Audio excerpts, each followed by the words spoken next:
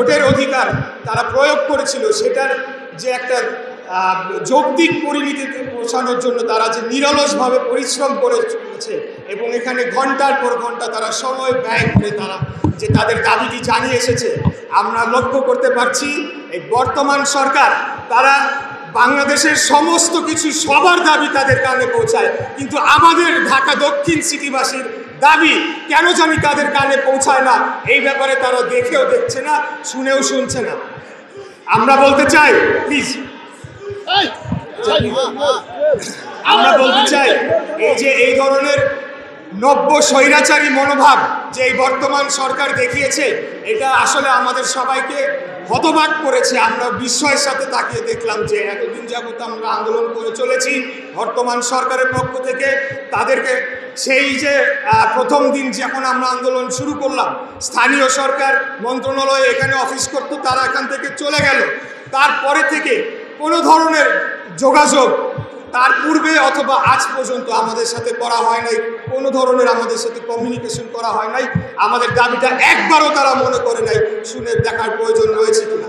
উপরন্তু পুরা সময়টাতে আমাদের এই যে আমাদের দাবি, আমাদের যে আন্দোলন এবং আমরা যে বাংলাদেশের সর্বোচ্চ আদালতের মাধ্যমে সকল আইনি প্রক্রিয়া, সকল আইনি লড়াই আমরা জনগণের রায় যেটা আমরা পেয়েছিলাম সেটি আমরা জিতে এসেছি।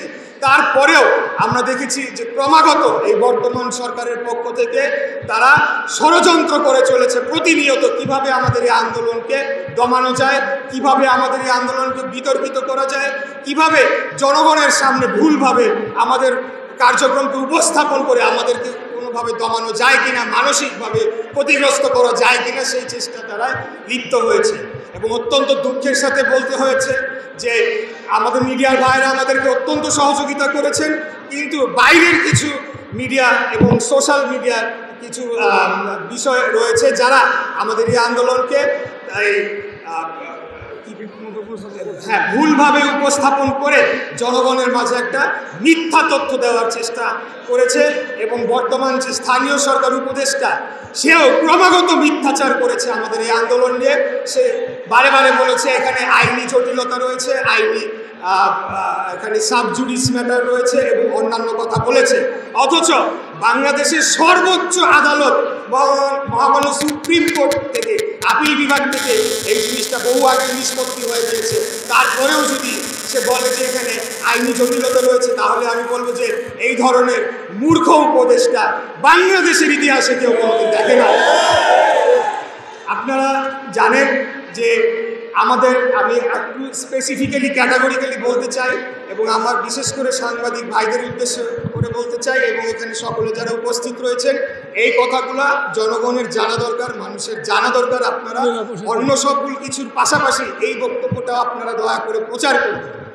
একটা আন্দোলন যখন হয়, আন্দোলন মানেই হলো সেখানে সমস্ত কিছু বন্ধ করে দাবি দেওয়ার জন্য অবস্থান করা। আন্দোলনকারীরাই সেই কাজটি করে থাকে যতক্ষণ না পর্যন্ত তাদের দাবি দেওয়া মেনে নেওয়া হয়। এটাই হলো গিয়ে আন্দোলনের ডেফিনিশন। কিন্তু আপনারা লক্ষ্য করবেন, আমরা যেদিন থেকে আন্দোলন শুরু করেছি, আমরা 1 সেকেন্ডের জন্য ঢাকা দক্ষিণ সিটি কর্পোরেশনের কোনো একটি জরুরি সেবা 1 সেকেন্ডের জন্য বন্ধ করা হয় নাই। উপরন্তু আমরাই নিশ্চিত করেছি যাতে এই সেবাগুলো চালু থাকে, এই সেবাগুলো যাতে জনগণের দুর্ভোগের সৃষ্টি না হয়।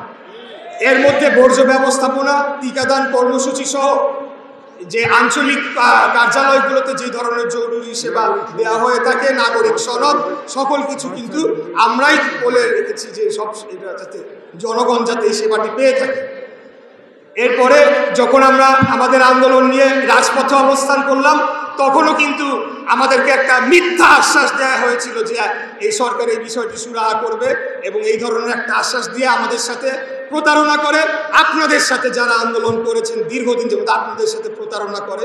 আমরা তখন বলি যে ঠিক আছে, আমরা জনদুর্ভোগের কথা চিন্তা করে আমরা রাজপথ ছেড়ে দিয়ে চলে আসি এবং আমরা আশা করেছিলাম যে সরকার হয়তো একটা যৌক্তিক সমাধানের দিকে এই আন্দোলনটাকে নিয়ে যাবে এবং এটা একটা যৌক্তিক পরিণতি তারা ঘটাবে। কিন্তু আমরা দেখেছি যে তারা আসলে মিথ্যা কথা বলে আমাদের এই আন্দোলনটাকে রাজপথ থেকে সরিয়ে আনার জন্য তখন এই কাজটি করেছে, কিন্তু পরবর্তীতে তারা কোনো ধরনের পদক্ষেপ নেয় না। এরপরে ঈদের পরে যখন আমরা আন্দোলনটা আবার পুনরায় শুরু করলাম, আপনারা জানেন যে তার আগে লন্ডনে একটা ঐতিহাসিক বৈঠক হয়েছে বর্তমান অন্তর্বর্তীকালীন সরকারের প্রধান এবং আমাদের বাংলাদেশ জাতীয়তাবাদী দলের ভারপ্রাপ্ত চেয়ারম্যান, আমাদের আশা আকাঙ্ক্ষার প্রতীক, আগামী দিনের রাষ্ট্রনায়ক ইনশাআল্লাহ দেশনায়ক জনাব তারেক রহমানের সাথে একটি বৈঠক করে আসে। এবং সেই বৈঠকের পরে আমরা ভেবেছিলাম যে এই সরকারের পক্ষ থেকে কোনো না কোনো পক্ষ থেকে এই নগর ভবনের যে আইনি জটিলতাটা তৈরি হয়েছে, কারণ আইনি জটিলতা কেন বলছি, বর্তমানে নির্বাচন কমিশনের যে গ্যাজেট প্রকাশ হয়েছে, এরপরে সর্বোচ্চ আদালত থেকে যে রায় নিষ্পত্তি করা হয়েছে, রিট নিষ্পত্তি করা হয়েছে, এরপরে নগর ভবনে কোনো প্রশাসক আইনত বসতে পারে না। এটা আমারও কথা, এটা আইনজীবীদেরও কথা, এটা জনগণেরও দাবি। কিন্তু আমরা দেখলাম এই যে এতগুলো মানুষ দীর্ঘদিন যাবৎ আন্দোলন সংগ্রাম করে চলেছি, সরকার কোনো ভ্রুক্ষেপ করছে না, তারা দেখেও না দেখার ভান করছে। উপরন্তু গত 2-3 দিন যাবৎ তারা আমাদের এই আন্দোলনকে ভণ্ডুল করার জন্য নানাবিধ ষড়যন্ত্রে তারা লিপ্ত হয়েছে। এর মধ্যে